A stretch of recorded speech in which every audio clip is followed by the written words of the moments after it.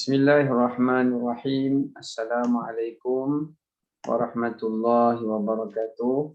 Alhamdulillahirabbil alamin. Wassalatu wassalamu ala asyrafil anbiya'i wal mursalin sayyidina Muhammadin nabiyil karim wa ala alihi wa ashabihi ajma'in. Qala rabbi shrah li sadri wa yassir li amri wahlul 'uqdatam min lisani yafqahu qawli. Rabbi yassir wa la tu'assir, amma ba'd. Alhamdulillah, kita rafa'kan puji dan syukur kepada Allah Ta'ala di atas segala rahmat dan kurniaannya. Pada petang ini kita masih lagi diberikan peluang dan keizinan oleh Allah Ta'ala untuk dapat kita menyambung kembali tadabbur bagi surah Al-Insan, dan insya-Allah pada petang ini kita akan menyambung semula bagi ayat yang ke-7.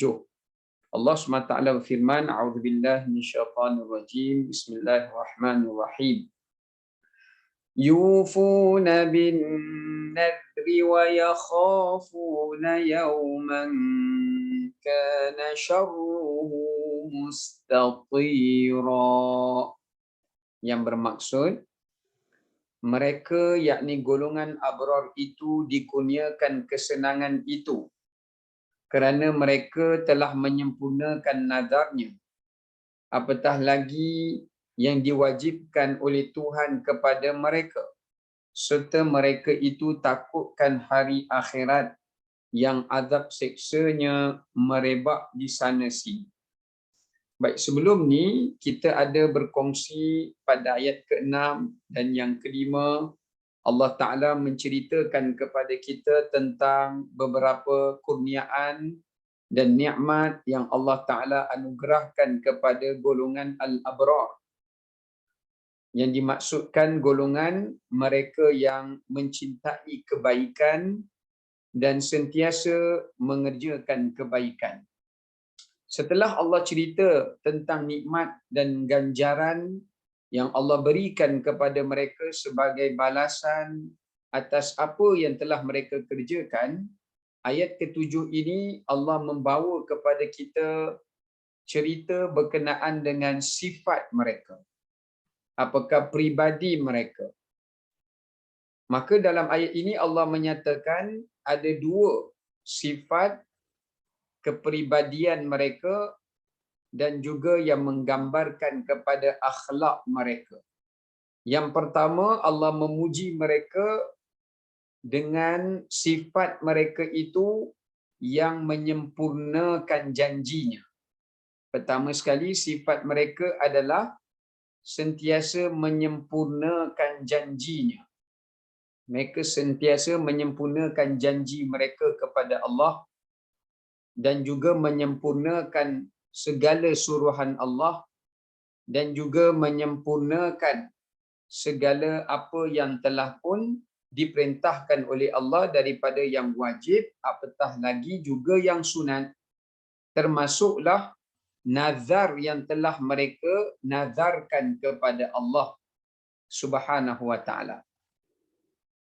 Yang kedua, Allah beritahu antara sifat mereka adalah mereka juga manusia yang takut kepada Allah dan sangat gerun kepada siksaan dan azab Allah, terutamanya akan siksaan yang amat dahsyat dan yang amat keras di hari akhirat kelak nanti. Jadi dalam ayat ini secara umumnya ada dua sifat yang Allah memuji mereka. Yang pertama, sifat membenarkan janji dan sifat memelihara janji atau suruhan. Yang kedua, yakni sifat mereka takut dan gentar serta menjauhkan diri mereka daripada kemurkaan dan siksaan azab Allah. Jadi ini ada dua sifat yang sangat penting.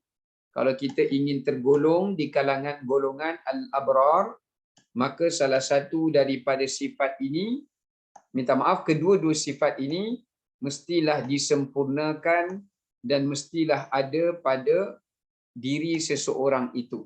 Kerana sifat ini yang akan menjadikan seseorang itu menjadi golongan hamba Allah yang bertakwa dan termasuk mereka di kalangan golongan al-abrar. Baik.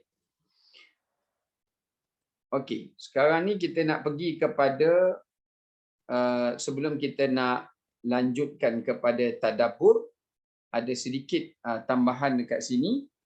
Yang pertama, kenapa Allah Ta'ala menyebutkan tentang mereka yang menyempurnakan nazar? Pertama sekali, nazar adalah janji, iaitu janji yang dibuat oleh seseorang hamba kepada Tuhannya. Bila kita sebut tentang nazar, macam kita berjanji dengan Allah, kalau Allah mengurniakan pada kita sesuatu, kita akan mengerjakan sesuatu. Itu namanya nazar. Ini kita berjanji dengan Allah, jika Allah Ta'ala mengurniakan kepada kita sesuatu daripada apa yang kita pintakan kepada Allah. Baik. Dalam ayat ini Allah nak menunjukkan yang dimaksudkan dengan janji ini, dalam hidup kita ada beberapa jenis janji. Ada beberapa jenis janji. Ini saya terlupa nak masukkan dalam nota tadabbur ini, boleh buat secara tambahan. Yang pertama disebutkan iaitu janji kita kepada Allah. Janji kita kepada Allah, yakni daripada janji agama. Yang pertama sekali adalah janji agama.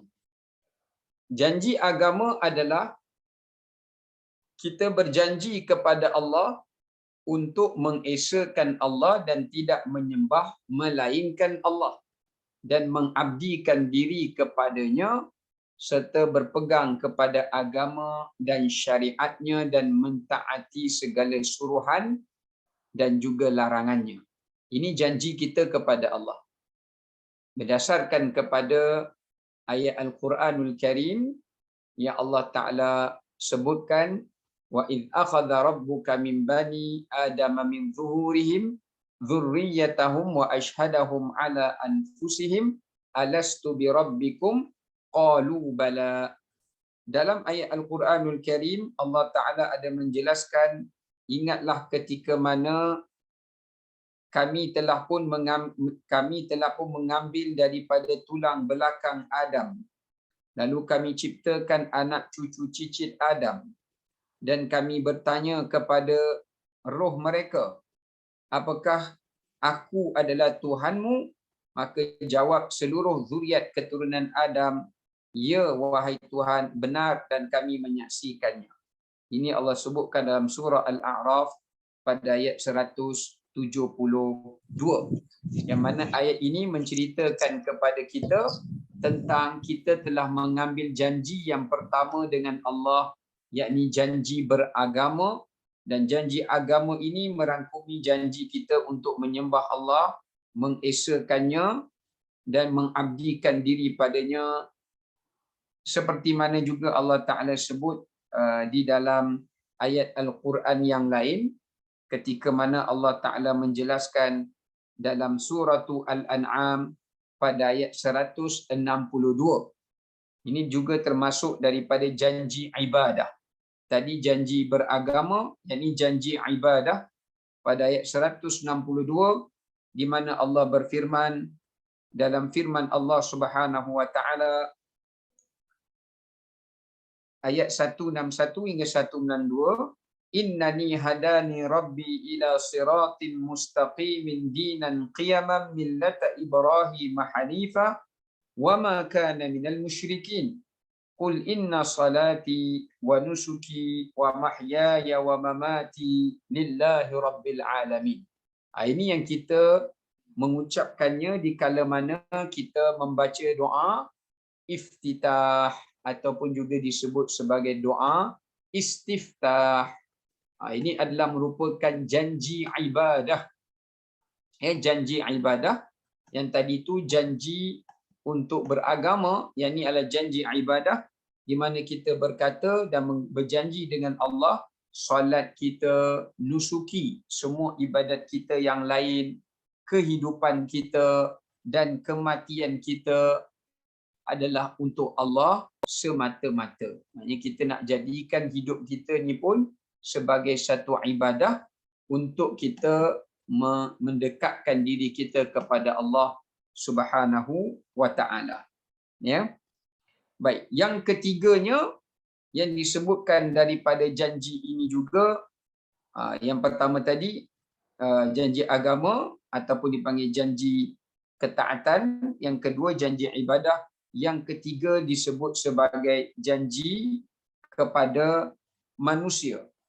Janji kita kepada manusia atau disebut sebagai taklif, iaitu janji kita di atas tanggungjawab yang telah Allah Ta'ala berikan kepada kita. Ini dipanggil sebagai janji al-ahd ataupun janji al-uqud. Janji al-uhud atau janji al-uqud. Ini berdasarkan firman Allah Subhanahu wa taala, di mana Allah Ta'ala berfirman, wa aufu bil ahdi innal ahda kana mas'ula, dalam surah Al-Isra pada ayat 34. Allah berfirman, sempurnakanlah janji. Apa makna janji kat sini? Tanggungjawab. Tanggungjawab kita sebagai ibu ke, sebagai bapa ke, sebagai guru ke, sebagai majikan ke, pekerja ke, tak kiralah apa saja responsibility ataupun tanggungjawab yang telah Allah pertanggungjawabkan ke atas bahu kita masing-masing, maka ia adalah merupakan suatu janji. Dan janji ini mestilah ditunaikan. Sebab tu Allah kata, sempurnakanlah janji, yakni tanggungjawab kamu, kerana setiap perkara yang telah dipertanggungjawabkan ke atas kamu, mas'ula, ia akan disoal dan ia akan ditanya kelak di hari akhirat. Begitu juga dalam ayat Quran yang lain Allah berfirman, ya ayyuhallazina amanu la takhunu Allah war rasul wa takhunu amanatikum wa antum ta'lamun. Surah Al-Anfal pada ayat 27 Allah Ta'ala berfirman, wahai orang-orang beriman, janganlah kamu meninggalkan tanggungjawab Allah dan Rasul, dan janganlah kamu mengabaikan tanggungjawab kamu sedangkan kamu mengetahuinya. Ini juga merupakan janji kita di atas tanggungjawab yang telah dipertanggungjawabkan kepada kita. Dan yang terakhir yang dinamakan sebagai janji kita kepada Allah, janji kita kepada Allah kerana sebab-sebab tertentu. Yang ni dinamakan sebagai nazar. Janji yang keempat ni dinamakan sebagai nazar. Iaitu apa yang kita berjanji dengan Allah jika Allah memberikan kepada kita sesuatu yang kita pinta atau yang kita inginkan. Dan nazar ini, kalau kita lihat kata para ulama, dia adalah merupakan ibadat yang pertama sekali telah dilakukan oleh ayah kepada Maryam, yakni Imran. Imran adalah keturunan Bani Israel yang pertama yang bernazar kepada Allah. Dengan dia bernazar, jika Allah mengurniakan kepadanya anak, setelah sekian lama dia berkahwin, dia tidak mendapatkan zuriat, dia bernazar jika dia beroleh anak, dia akan menjadikan anaknya itu untuk beribadat kepada Allah semata-mata dan duduk di rumah Allah dan dibesarkan di sana. Maka Allah Ta'ala kurniakan kepadanya anak, walaupun dia berkendak pada anak lelaki, tetapi Allah mengurniakan baginya anak perempuan, ya, lalu dia menyempurnakan nazarnya. Dia tetap menyempurnakan nazarnya. Di atas kesempurnaan nazar yang dia tunaikan itu, Allah lebih mengetahui. Allah kurniakan dengan asbab Maryam itu tadi seorang rasul dan nabi, yakni Nabi Isa alaihi assalam. Walaupun Imran mendambakan anak lelaki, Allah tak bagi, Allah bagi anak perempuan, tapi Allah anugerahkan cucunya adalah merupakan seorang rasul kepada Bani Israel dan penutup rasul di kalangan Bani Israel. Okey? Baik. Jadi itu ada 4 jenis janji. Pertama iaitu janji keimanan dan agama. Yang kedua adalah janji ibadat. Dan yang ketiga adalah janji tanggungjawab, dan yang keempat adalah janji nazar kita kepada Allah Taala. Jadi Allah kata dalam ayat ini, jika orang beriman itu mengotakan janji nazar, maka sudah pastilah janji yang lebih besar daripada itu pun mereka akan tunaikan. Ini sudah pastilah janji iman, agama, janji ibadat dan janji tanggungjawab pun golongan abrar ini tetap akan menyempurnakannya, tetap akan mengotakannya, tetap akan mengerjakannya sekalipun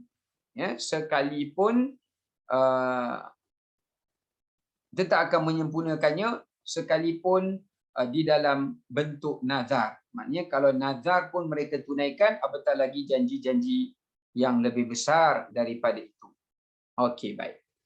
Sekarang ni kita tengok dari sudut tadabbur yang pertama. Kewajipan menunaikan dan menyempurnakan nazar yang telah dilafazkan.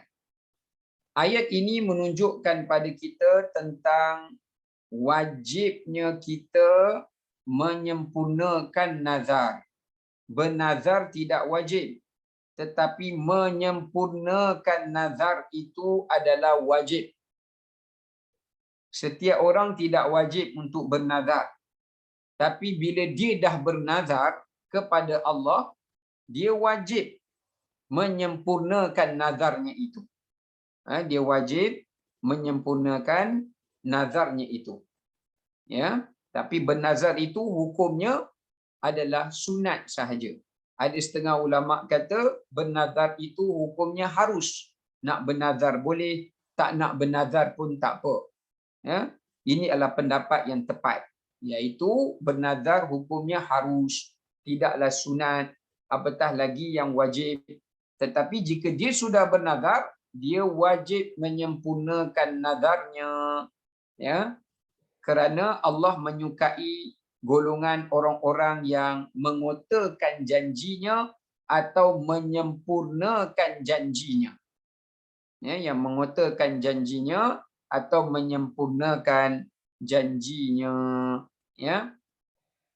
Baik, sebab tu dalam hadis Nabi SAW, Nabi ada bersabda, la tanziru fa inna an-nadhra la yughni minal qadri syai'a wa innama yastakhriju bihi minal bakhil.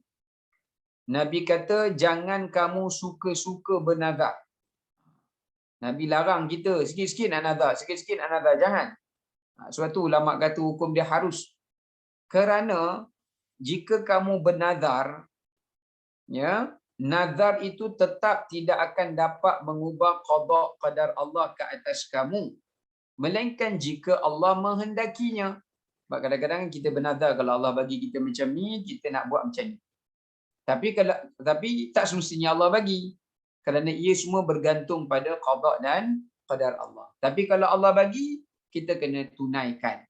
Ya, tapi tak semestinya Allah Ta'ala tunaikan hanya semata-mata kerana kita bernazar mesti Allah bagi. Tak semestinya. Macam kadang-kadang ada ibu yang bernazar bila anak dia dalam exam, kalau anak dia berjaya, dia nak puasa 10 hari. Contoh. Tapi tak semestinya dengan dia nazar tu anak dia mesti berjaya. Tak semestinya. Kerana Nabi kata, nazar itu tidak boleh mengubah qada dan qadar Allah sedikit pun. Tetapi kata Nabi, nazar itu boleh membuang sifat bakhil dan berkira-kira di dalam hati manusia. Kalau kita bernazar, nazar tu boleh kikis sifat bakhil ataupun sifat berkira-kira yang ada di dalam hati kita. Sebab biasanya orang yang bernazar ni, bila dia bernazar sesuatu, kerana dia nak Allah berikan dia sesuatu. Sedangkan yang paling terbaik kata ulama, kita minta kepada Allah sesuatu, tak perlulah kita nak minta Allah tunaikan, barulah kita nak buat sesuatu kebaikan pada Allah. Maknanya kalau Allah bagi kita macam ni, baru kita nak buat.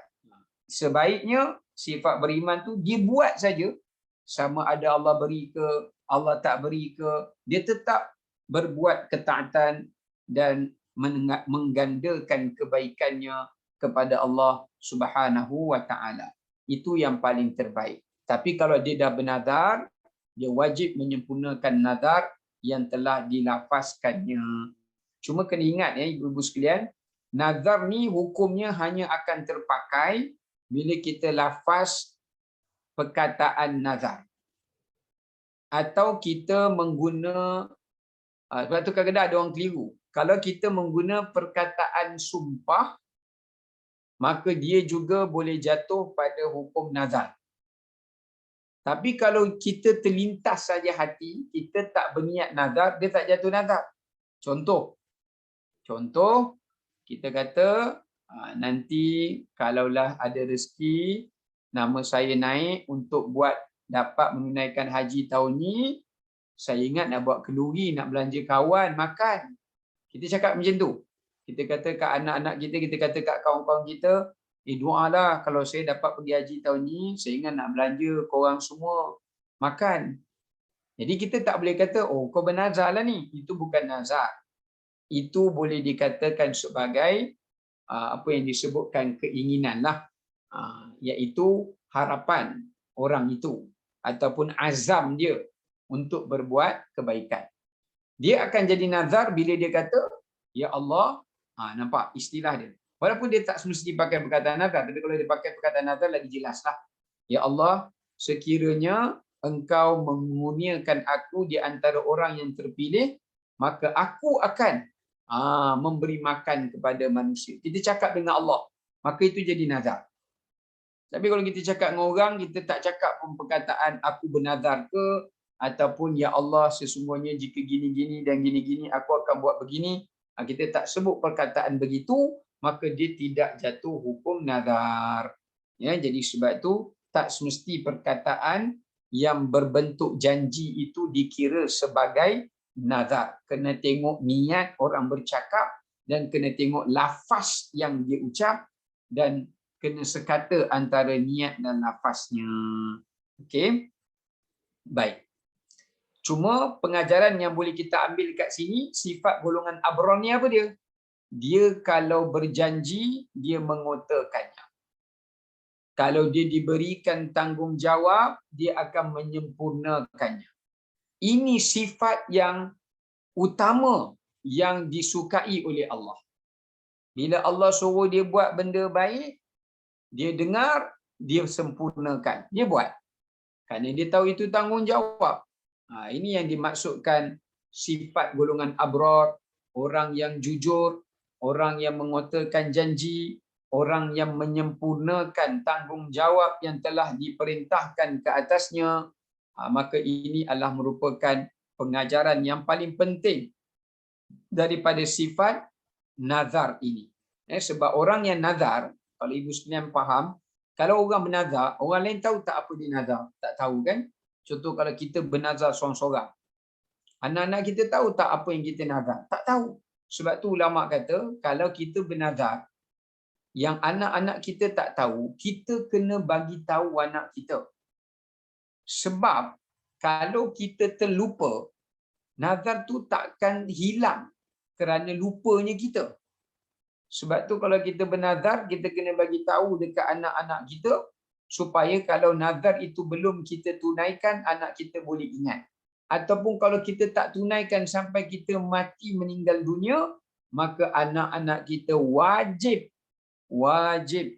menyempurnakan apa yang dinazarkan itu. Jadi ini kena jelas ya. Jadi disebabkan kerana itu, sifat orang yang memenuhi nazar ni orang yang jujur, orang yang bertanggungjawab, orang yang mengotakan janji, orang yang menyempurnakan tanggungjawab yang diberikan ke atasnya. Maka inilah sifat-sifat yang terpuji bagi golongan al-abrar. Kemudian kita tengok mengerjakan perkara yang wajib serta memelihara dan melazimi perkara yang sunat ke atas dirinya. Oh, sebelum tu saya terlupa ya. Tak apalah, ini perbahasan tentang nazar saja. Okay, kita sambung balik tadi. Tadabbur yang kedua adalah mengerjakan perkara yang wajib serta memelihara yang wajib itu dan melazimi perkara yang sunat. Para ulama ketika menafsirkan maksud yufuna bin nadri, mereka yang menyempurnakan nazar tu, ulama kata nazar ni kan tadi hukum dia harus. Jadi ulama kata kalaulah bernazar ni hukum dia harus, sedangkan Allah memuji orang yang menyempurnakan perkara yang asalnya hukumnya harus ke atasnya untuk bernazar, apatah lagi kalaulah dia mengerjakan perkara yang wajib dan melazimi perkara-perkara yang sunat dan melazimi perkara-perkara yang sunat. Maknanya kalau dia bernazar, yang mana nazar tu hukum dia harus pun, dia mengotakan janji nazarnya. Setelah nazar dia dah jadi wajib lah. Cuma sebelum nak bernazar tu hukum dia harus. Kalaulah sebelum bernazar pun hukum dia harus pun, lepas dah jadi wajib dia tunaikan, apatah lagi kalau perkara-perkara yang wajib dan perkara-perkara sunat yang lain pun mereka akan melaksanakannya dan memeliharanya. So maknanya dekat sini antara sifat golongan abrar bukan sekadar mengerjakan yang wajib, tetapi memelihara perkara yang sunat serta mereka tidak berlebih-lebihan dalam perkara yang harus. Ada 3 perkara sifat mereka. Sebab nazar ni kan harus, jadi jangan berlebih-lebihan dalam nazar. Jangan terlalu banyak bernazar seperti mana yang saya bacakan hadis daripada Nabi sallallahu alaihi wasallam tadi.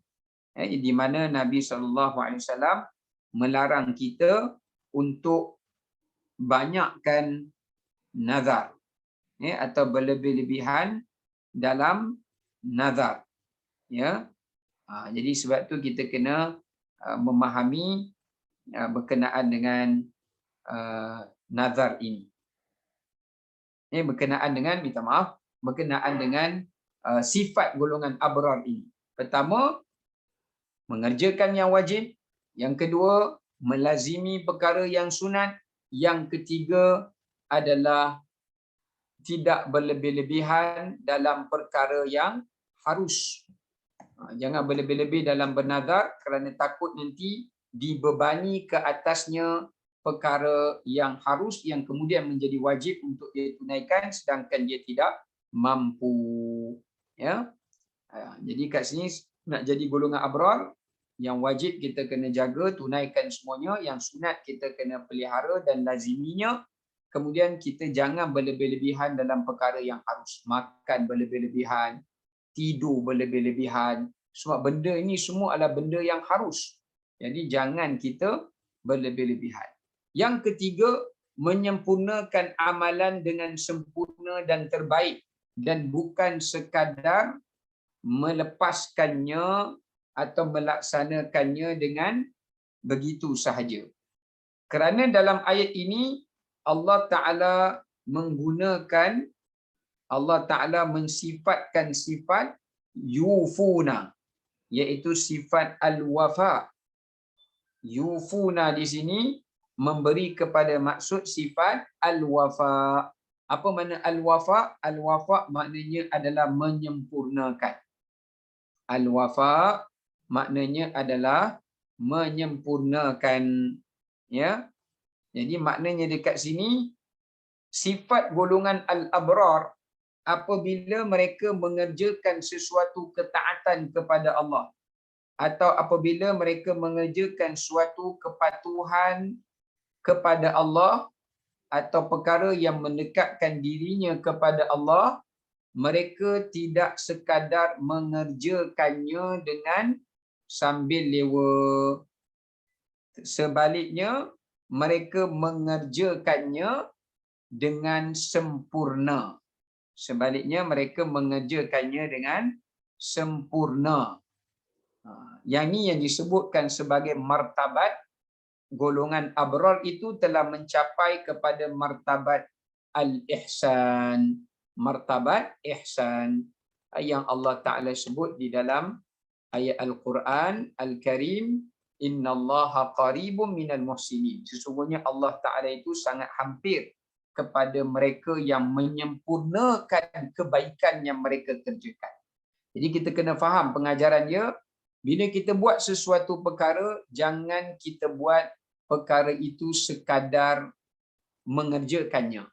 Tetapi kita buat sesuatu perkara itu dengan keadaan yang paling terbaik dan sempurna. Kerana Allah Ta'ala mencari nilai yang terbaik ataupun kualiti amalan yang kita kerjakan. Ini berdasarkan firman Allah Ta'ala dalam ayat Al-Quran. Kalau kita tengok banyak sekali Allah Ta'ala sebut yang Allah Ta'ala menilai amalan kita bukan kuantitinya, bukan jumlahnya, tetapi yang Allah menilai adalah kualiti, kesempurnaan, kesungguhan amalan yang kita kerjakan. Contoh dalam surah Hud pada ayat ke-7, Allah Ta'ala menyatakan, wa kana arshuhu 'alal ma' liyabluwakum ayyukum ahsanu amala. Sesungguhnya arasy Allah itu berada di atas air dan Allah menguji manusia itu siapakah yang paling terbaik amalannya. Begitu juga dalam surah Al-Mulk pada ayat kedua Allah berfirman, allazi khalaqal mauta wal hayata liyabluwakum ayyukum ahsanu amala. Allah Ta'ala menyebutkan tujuannya adalah untuk Allah Ta'ala mencari siapakah yang paling terbaik amalannya. Jadi dekat sini pentingnya untuk kita mengambil kira tentang soal kualiti amalan kita, bukanlah kita mengejar kuantiti yang banyak. Dalam kita nak menyempurnakan perintah Allah, dalam kita nak menunaikan suruhan Allah, kita mesti menunaikan perintah dan suruhan Allah itu dengan cara yang paling terbaik. Baik, bagaimana untuk kita mendapat kesempurnaan dalam ibadah? Macam mana kita nak dapat kesempurnaan sifat al-wafa' tadi? Bila kita buat kerja yang terbaik. Bila kita buat ibadah, kita buat ibadah yang terbaik. Yang tu yang Allah suka. Itulah perbuatan amalan golongan abrar. Jadi macam mana kita nak mencapai kesempurnaan tadi tu? Ada 7 tingkatan yang disebutkan oleh Al-Imam Ibnul Qayyim rahimahullah. Ada 7 tingkatannya. Baik. Yang pertama yang disebutkan tingkatan yang pertama dekat sini yang disebutkan adalah mujahadah. Tingkatan yang pertama adalah apa? Mujahadah. Maknanya kita tidak akan dapat mencapai kesempurnaan dalam sesuatu ibadat yang kita kerjakan itu melainkan kita buat dalam keadaan bersungguh-sungguh. Apa makna mujahadah? Mujahadah tu maknanya kita lawan nafsu kita supaya kita nak jadikan amalan itu kita berjaya mengerjakannya dan kita berjaya untuk melaziminya dan kita mengerjakannya dalam keadaan yang bersungguh. Itu mujahadah. Itu yang dinamakan sebagai mujahadah. So maknanya dekat sini, kalaulah sekiranya kita nak mendapat kesempurnaan dalam ibadah, kita kena mencari mujahadah dulu. Maknanya kita kena force, kita kena against, kita kena lawan nafsu. Kalau nafsu malas, kita push dia, push up dia, kita paksa dia supaya buat dan bila kita dah mengerjakannya, kita cuba untuk jaga amalan itu supaya kita tidak meninggalkannya dan kita dapat meneruskannya.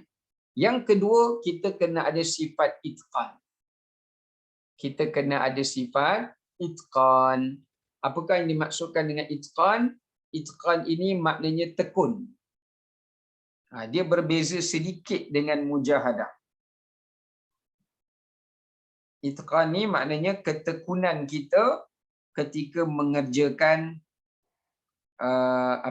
ketika mengerjakan ibadah tadi. Ya. Kerana ini berdasarkan kepada hadis Nabi SAW, di mana Rasulullah SAW bersabda, innallaha yuhibbu idza amila ahadukum amalan ayyutqinahu.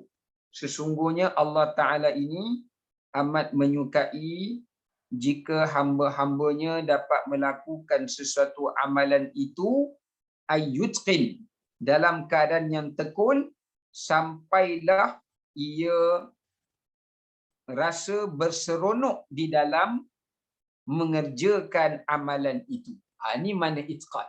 Itqan ni kita buat dengan tekun, kita buat dengan teliti sampai kita rasa seronok buat amalan itu. Bukan kita buat amalan tu kerana paksaan. Mujahadah ni kita kena paksa dulu, paksa. Tak ada masa pun cuba juga cari masa. Itu namanya mujahadah. Tapi bila kita dah berjaya melepasi tempoh paksaan, yakni mujahadah, bila kita dah buat satu amalan tu, kita buat dengan tekun, kita buat dengan enjoy, kita buat dengan dalam keadaan yang berseronok, sampai peringkat kita suka buat amalan tu, kita suka mengaji, kita rasa tidak beban, kita tidak rasa jemu. Itu maknanya itqan. Kalau kita dah sampai tahap macam tu, maknanya kita dah sampai darjat itqan. Ya, itu yang kedua.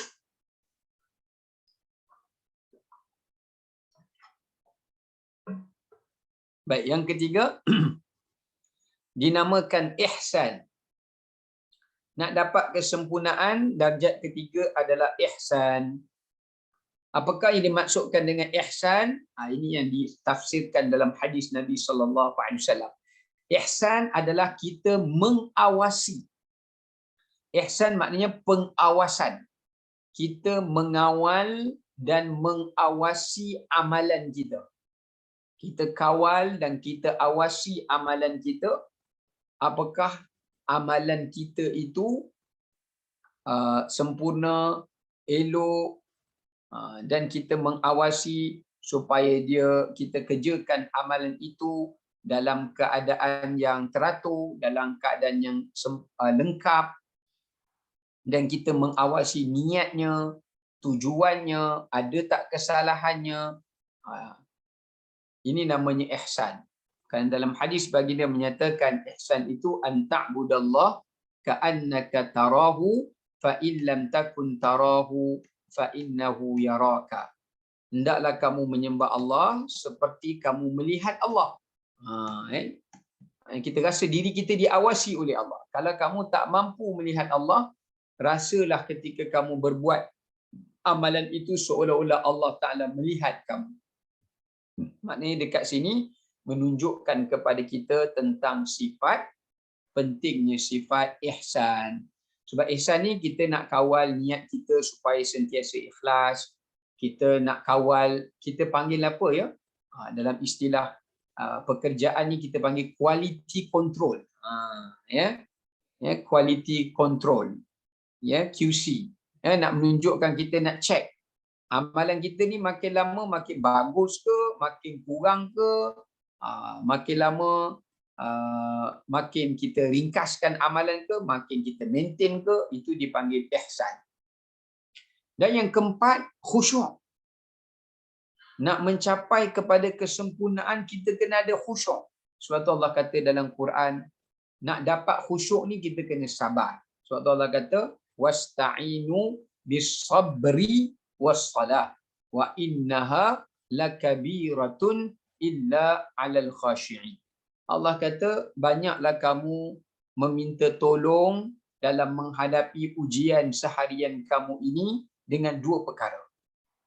Allah Ta'ala kata, apa pun masalah yang kita lalui dalam hidup kita, ada dua penyelesaian dia. Yang manusia duk sibuk cari macam-macam penyelesaian yang lain, kita terlupa ada dua perkara yang kita boleh manfaatkannya untuk mencari penyelesaian. Yang pertama, sabar. Jangan terburu-buru. Bila kita menghadapi masalah, sabar dulu, berfikir, berbincang, tabah menghadapinya. Yang kedua, salah, kata Allah. Minta pada Allah, salat, tanya pada Allah, buat istikharah dan sebagainya. Dan yang ketiga, Allah kata, sesungguhnya orang yang nak bersabar dan nak jaga salat ini, dia adalah berat melainkan bagi orang yang khashi'in, orang yang khusyuk. Jadi sebab tu antara perkara yang dapat menyempurnakan amalan dan ibadat kita adalah khusyuk. Apa makna khusyuk? Ini ramai orang yang tak faham tentang erti khusyuk. Khusyuk dia ambil daripada perkataan khasya'a. Ya, khasya'a. Khasya'a ni maknanya tunduk. Maknanya tunduk dan akur. Tunduk dan akur. Itu makna khusyuk. Dalam erti kata yang lain, apabila kita buat ibadat ni, kita kena faham ibadat membantu kita supaya kita menjadi lebih taat kepada Allah, lebih tunduk pada Allah, lebih patuh pada Allah. Inilah kesempurnaan ibadat.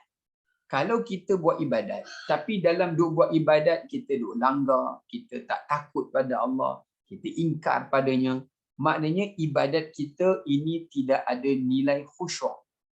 Sebab itulah Allah puji orang yang khusyuk. Allah kata, qad aflahal mu'minun alladzina hum fi salatihim khashi'un. Telah berjaya orang-orang yang beriman, iaitu siapakah orang beriman itu, kata Allah, mereka yang telah pun khusyuk di dalam solat mereka. Maknanya tanda kejayaan kita dalam ibadat. Tanda kejayaan kita dalam ibadat, yang pertama sekali, kalau kita mampu khusyuk di dalam solat, bila kita solat kita khusyuk, kita akan tengok kesan khusyuk itu di luar solat. Sebab tu surah Al-Mu'minun ni Allah mula dengan solat dulu. Allah kata, benda ibadat pertama yang kamu kena khusyukkan adalah solat. Lepas kamu dah berjaya khusyuk dalam solat, kamu akan tengok kesan solat yang khusyuk tu apa dia? Dia akan bayar zakat, dia akan jaga maruah diri dia, dia takkan berzina, dia akan mengotorkan janji, dia akan, apa lagi kata Allah, dia akan menjauhi benda yang lalai. Ini semua impak dia, kesan daripada kekhusyukan. Maknanya kesan daripada orang yang berjaya khusyuk di dalam solatnya menyebabkan seseorang itu akan lebih mudah untuk tunduk, akur, taat kepada Allah di luar solatnya. Kalau kita sekadar mengenal Allah dalam solat, di luar solat kita tidak mengenal Allah Subhanahu Wa Taala, maka itu menunjukkan yang kita kehilangan khusyuk di dalam amalan dan ibadah. Ya, amalan dan ibadah. Okey. Yang kelima, ilmu. Antara perkara yang membantu untuk kita mendapat kesempurnaan di dalam ibadat adalah ilmu. Kita kena ada ilmu. Kita kena ada ilmu.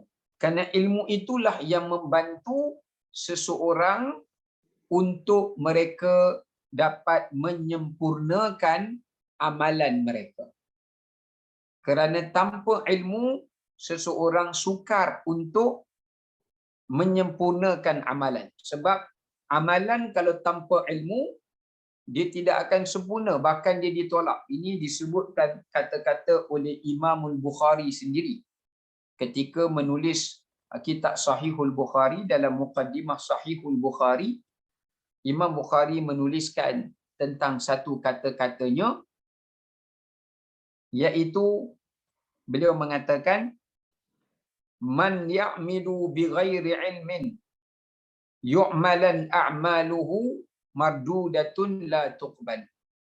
Iaitu sesiapa yang melakukan sesuatu amalan tanpa berdasarkan pada pengetahuan, maka banyaklah daripada amalannya itu yang akan ditolak oleh Allah dan tidak akan diberikan ganjaran. Maka di sini menunjukkan kepada kita kebanyakan amalan itu tak diberikan pahala, tak diganjari oleh Allah Ta'ala apabila mereka melakukan sesuatu amalan itu adalah tanpa ilmu tetapi di atas kejahilan. Di atas kejahilan. Baik. Ini betapa pentingnya ilmu di dalam amalan. Sebelum beramal, ya. Sebab itulah wahyu pertama yang Allah turunkan, Allah suruh ilmu dulu. Bukan Allah suruh beramal dulu. Kata Allah, fa'lam annahu la ilaha illallah. Kata Allah, ketahuilah sesungguhnya tiada Tuhan yang disembah melainkan Allah. Maknanya Allah kata cari ilmu dulu, kemudiannya barulah kamu beramal. Yang keenam, ittiba'. Nak dapat kesempurnaan amalan, kenalah ada ittiba'. Apakah itu ittiba'? Ittiba' ni maksudnya adalah kita mengikuti persis seperti mana yang ditunjukkan oleh Nabi SAW. Maknanya kita buat benda tu sama seperti yang Nabi tunjukkan, seperti yang Nabi suruh. Kerana dalam ayat Quran Allah mengatakan, qul in kuntum tuhibbunallah fattabi'uni yuhibbukumullah wa yaghfir lakum dhunubakum. Kalaulah kalian cinta kepada Allah, syarat nak dapat cinta Allah. Kalau kita buat amalan banyak pun, belum tentu amalan yang banyak tu kita dapat gapai cinta Allah. Tapi jalan singkat untuk kita mencapai cinta Allah melalui amalan tadi adalah ittiba'. Apa makna ittiba'? Kita buat sesuatu amalan tu seperti mana yang dibuat oleh Nabi SAW. Itulah Nabi kata, sallu kama ra'aitumuni usalli. Solatlah kamu seperti mana kamu melihat aku solat. Kalau kita solat bukan macam cara Nabi solat, tak ada ilmu pula. Sebab tu kena ada ilmu. Kalau ada ilmu, baru kita boleh ikut ittiba'. Baru kita boleh ikut persis macam yang Nabi SAW tunjukkan. Ya, sebab tu kena ada ittiba'. Bila kita ada ittiba', amalan kita akan sempurna. Ya, kerana amalan kita itu sama seperti amalan yang diajarkan dan ditunjukkan oleh Nabi Muhammad sallallahu alaihi wasallam. Dan yang terakhir, yang ketujuh, nak dapat kesempurnaan amalan adalah ikhlas. Ini sudah pastilah, kerana mana-mana amalan yang tidak ikhlas memang bukan tak sempurna dah ditolak oleh Allah Subhanahu wa taala, kerana Allah menyatakan dalam ayat Quran, faman kana yarju liqa'a rabbih falyamal amalan salihan wala yusyrik bi'ibadati rabbih ahada. Barang sesiapa, kata Allah, faman kana yarju, barang sesiapa yang berharap untuk bertemu dengan Tuhannya agar Allah berikan pahala ketika dia bertemu dengan Allah. Siapa yang nak balik jumpa Allah dalam keadaan Allah tak sia-siakan pahala amalan dia, apa syaratnya kata Allah? Falyamal amalan salih. Buat amalan yang soleh, tetapi mesti syaratnya ikhlas. Wala yusyrik bi'ibadati rabbih ahada. Dalam dia berbuat amalan tu jangan dia sekutukan dengan Allah dengan sesuatu tujuan yang lain. Okey. Baik. Ini saya dah sentuh dah. Perkara yang keempat tadi saya dah sentuh dah. Jadi saya tak perlu sentuh lagi, iaitu menyempurnakan janji, menyempurnakan amanah dan tanggungjawab pada hak Allah dan manusia. Tadi saya dah bahaskan ada 4 jenis janji, kita dah bincang dah tadi. Jadi tak perlu saya panjangkan lagi. Yang kelima, menjauhi larangan dan tegahan kerana takutkan kepada pembalasan dan hukuman Allah Ta'ala serta menjauhi dari kalangan golongan yang dimurkai. Ya, golongan yang dimurkai oleh Allah Ta'ala. Kerana di hujung ayat yang ke yang kita bacakan tadi tu, iaitu ayat ke-7 yang kita baca tadi, Allah kata yakhafuna. Yakhafuna. Dalam Quran, perkataan takut ini ada dua. Satu al-khawf, satu lagi khasyah. Ini boleh buat tambahan dulu. Satu al-khawf, satu lagi khasyah. Kadang-kala Allah guna perkataan yakhafun, kadang-kala Allah guna perkataan yakhshaun. Okey, apa bezanya? Baik. Kata Yahya ibn Sa'id Al-Qattan dalam usul tafsir, dia kata beza yakhshaun dengan yakhafun ni begini. Kedua-dua sifat takut ni mesti kena ada pada peribadi orang yang beriman. Khauf pun kena ada, khasyah pun kena ada. So apa beza antara dua ni? Kalau khauf, kita baca ayat ni, al-khauf, khauf itu adalah perasaan takut yang lahir kerana perasaan tu takut lahir kerana ancaman ataupun hukuman atau kerana pembalasan. Sekalipun kita tak pernah tengok hukuman dan pembalasan itu. Inilah sifat al-khawf orang yang beriman. Kalau kat dunia ni, katakanlah ada orang kata kat kita, saya nak hukum awak dengan hukuman gini. Tapi kita tak pernah tengok macam mana hukuman itu. Kadang-kadang kita rasa tak takut, betul kan? Contoh katakanlah orang kata, kamu dihukum penjara dan dihukum sebatan 10 kali. Kita kata, alah, sebat 10 kali je. Bukan banyak pun. Tapi bila kita tengok cara orang tu sebat, cara orang penjara tu sebat orang penjenayah, baru 3 kali pukulan kita tengok koyak kulit, baru kita takut. Betul kan? Kita kena tengok dulu baru kita takut. Tapi al-khawf, orang beriman, dia tak tengok pun lagi neraka Allah. Dia tak tengok lagi siksaan dalam neraka. Dia tak tengok lagi apakah bentuk azab dan balasan Allah. Tapi dia dah takut. Walaupun dia tak tengok. Dia belum tengok tapi dia takut.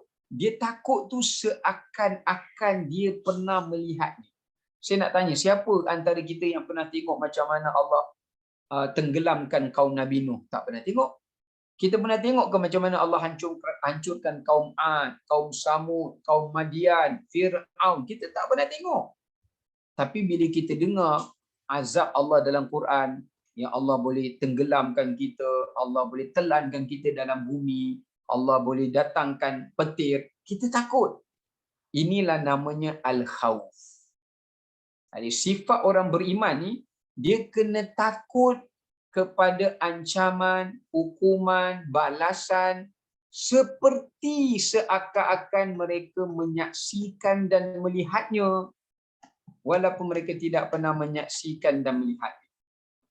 Yang kedua namanya khasyah. Yang kedua namanya apa? Khasyah. Apa itu khasyah? Khasyah ini perasaan takut juga. Perasaan takut. Tetapi perasaan takut disebabkan kerana merasakan keagungan, kehebatan, kebesaran seseorang. Contoh, anak ni antara mak dengan ayah dia, dia lebih takut ke ayah dia. Walaupun dia mungkin tak pernah tengok ayah dia marah yang betul-betul. Dia pernah tengok ayah dia marah biasa-biasa saja. Tapi perasaan gerun dia kepada ayah dia lebih daripada ibunya. Walaupun mak dia tu duk mengamuk dia tiap hari tu. Ya, nenek dia kat rumah dia tiap hari marah. Sampai sakit kepala. Gugur habis rambut. Ya. Tiap hari migraine. Maknanya nak katakan duk tengok selalu dah mak dia marah, duk tengok selalu nenek dia marah, dia buat apa yang mak dia marah, apa yang nenek dia marah. Tapi bila ayah dia tegur, bila ayah dia bersuara, dia takut. Walaupun dia belum tengok lagi bagaimana kemarahan ayahnya itu. Ini namanya khasyah. Kita takut kerana kehebatan, kebesaran, kekuasaan, keagungan yang ada pada Allah Ta'ala. Ini beza. Jadi orang-orang beriman dia kena ada kedua-dua sifat ini. Bila dia baca Quran, dia baca tentang kebesaran Allah, badannya bergetar, takut. Bukan takut Allah azab dia, takut kerana merasakan kehebatan Allah itu. Bila dia nak semayang, dia kata Allahu Akbar, takut dia. Sebab dia boleh rasa kebesaran Allah dan lemahnya diri dia.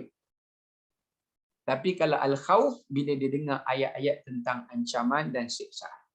Jadi sebab itu sifat orang beriman, kerana sifat al-khawf itu tadi, mendorongnya untuk dia tinggalkan larangan Allah, dia jauhi tegahan Allah, dan dia sangat-sangat takutkan pembalasan dan hukuman Allah Subhanahu wa ta'ala.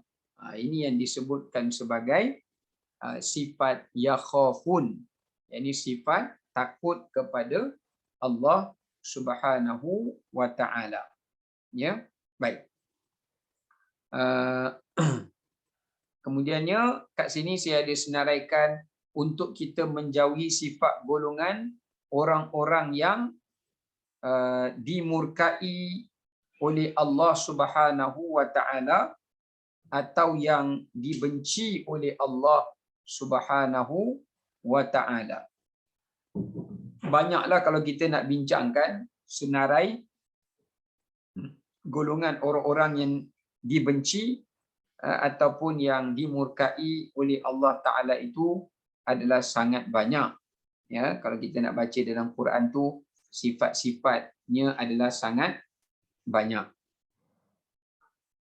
Cuma kalau kita boleh ambil sebahagian daripada golongan yang dimurkai oleh Allah Ta'ala dalam beberapa perkara yang boleh saya senaraikan dalam Quran, bukan semuanya ya, tapi mana yang disebutkan di dalam Al-Quranul Karim, antaranya apa yang disebutkan oleh Allah Subhanahu wa ta'ala dalam beberapa ayat Al-Quran, iaitu golongan orang-orang yang mendustakan Allah dan Rasul. Ini yang Allah Ta'ala disebutkan dalam Quran tentang sikap Bani Israel yang mana mereka mendustakan Allah dan Rasul. Maksud mendustakan Allah dan Rasul tu, mereka mendustakan keimanan pada Allah, mendustakan keimanan dalam mengesakan Allah, ataupun membenarkan para Rasul. Ini banyak sekali lah yang Allah Ta'ala sebutkan di dalam Al-Quran. Ya. Baik. Yang kedua yang Allah Ta'ala sebut, mereka yang mengubah. Mereka yang mengubah ayat-ayat Allah dan juga agama-agamanya. Ini juga golongan yang Allah Ta'ala benci dan Allah Ta'ala murkai. Bukan sekadar mereka mendustakan, tetapi mereka mengubahnya untuk menyesatkan manusia atau untuk menyembunyikan kebenaran. Menyesatkan manusia dan menyembunyikan kebenaran. Yang ketiga, iaitu orang yang melakukan kerosakan di atas muka bumi. Orang yang melakukan kerosakan di atas muka bumi. Allah disebut dalam suratul Baqarah. Wa yaqta'una ma amara Allahu bihi ay yusala wa yufsiduna fil ard.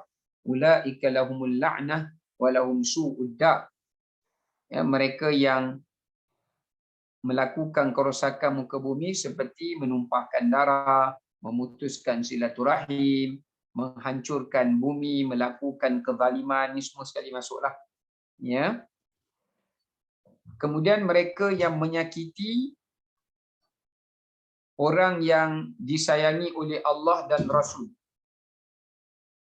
Orang yang menyakiti orang yang beriman. Ini juga orang dimurkai oleh Allah. Yang mana Allah kata wa ma naqamu minhum illa an yu'minu billah al-azizil hamid. Dan juga dalam ayat Quran yang Allah menyatakan innal ladzina yu'zuna Allah wa rasulahu la'anahumullahu fid dunya wal akhirah. Kemudian golongan orang-orang munafik. Ini secara umumnya lah. Golongan orang-orang munafik yang Allah Ta'ala sebutkan tentang mereka di dalam Al-Quran. Dan yang seterusnya orang yang melakukan dosa-dosa yang besar secara terang-terangan atau yang menghalalkan perlakuan dosa itu. Ini pun banyaklah yang Allah Ta'ala ceritakan dalam Quran tentang arak, tentang zina, ya, tentang sembahan berhala, atau orang yang menyesatkan orang lain. Ini banyak sekali dalam Quran yang Allah Ta'ala ceritakan di antara dosa yang paling dimurkai oleh Allah Subhanahu wa Ta'ala. Baik, itu sikit sebanyak yang dapat kita kongsikan pada petang ini. InsyaAllah kita akan sambung pada kuliah kita yang akan datang. Assalamualaikum warahmatullahi wabarakatuh. Terima kasih Ustaz. Terima kasih. Ustaz, Ya. nak tanya yang pasal puasa nazar tu, dia punya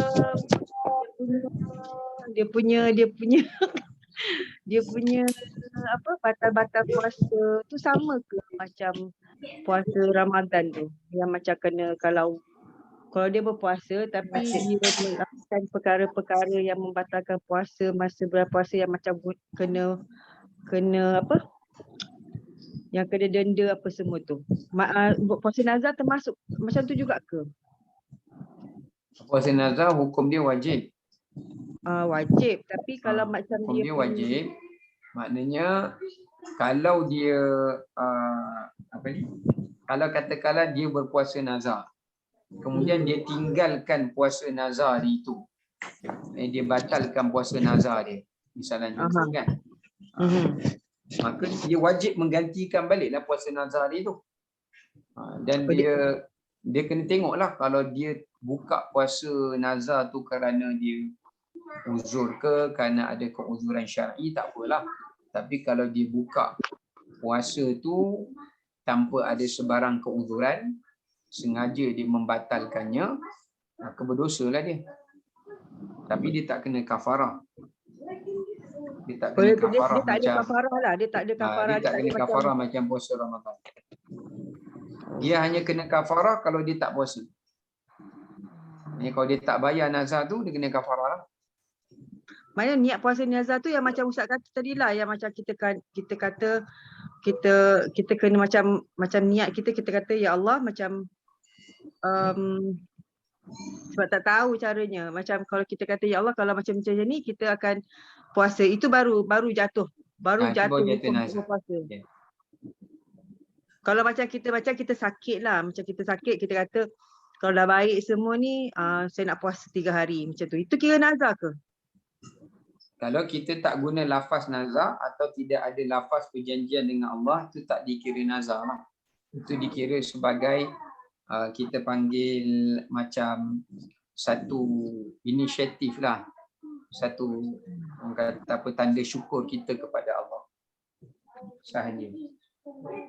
Masa hari tu yang saya kena sakit satu rumah tu, saya cakap macam ni, semua saya kata dah baik semua, sebab kita tak adalah kata kalau kita berjaya ke tak ada. Saya kata dah baik nanti saya akan puasa 3 hari macam tu. Itu kiranya, tapi saya dah puasa. Tapi kiranya itu bukan nazar lah, cuma kita kata rasa bersyukur kita je lah. Ya betul. Okey.